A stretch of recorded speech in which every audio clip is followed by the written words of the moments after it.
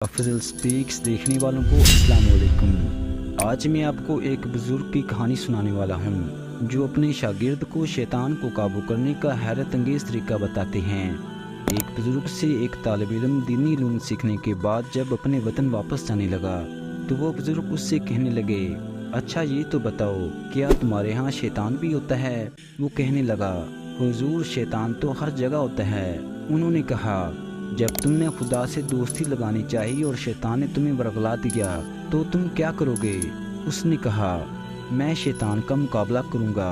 کہنے لگے، فرض کرو تم نے شیطان کا مقابلہ کیا اور وہ بھاگ گیا، لیکن اگر پھر تمہیں شیطان نے روک لیا تو کیا کرو گے؟ اس نے اپنا جواب پھر سے دہرایا۔ بزرگ کے تیسری مرتبہ سوال کرنے پر بھی اس کا جواب وہی تھا۔ وہ کہنے لگے، اگر ساری عمر تم شیطان سے مقابلہ ہی کرتے رہو گے تو اللہ تعالیٰ تک کب پہنچو گے؟ وہ لاجواب ہو کر خاموش ہو گیا۔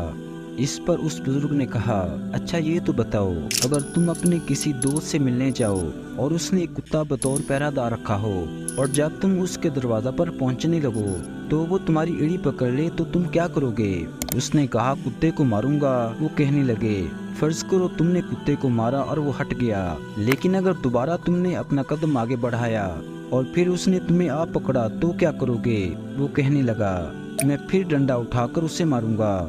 انہوں نے کہا، اگر تیسری بار پھر وہ تم پر حملہ ور ہو گیا تو تم کیا کرو گے؟ وہ کہنے لگا، اگر وہ کسی طرح بھی باز نہ آیا تو میں اپنے دوست کو آواز دوں گا۔ وہ کہنے لگے، بس یہی گر شیطان کے مقابلے میں بھی اختیار کرنا۔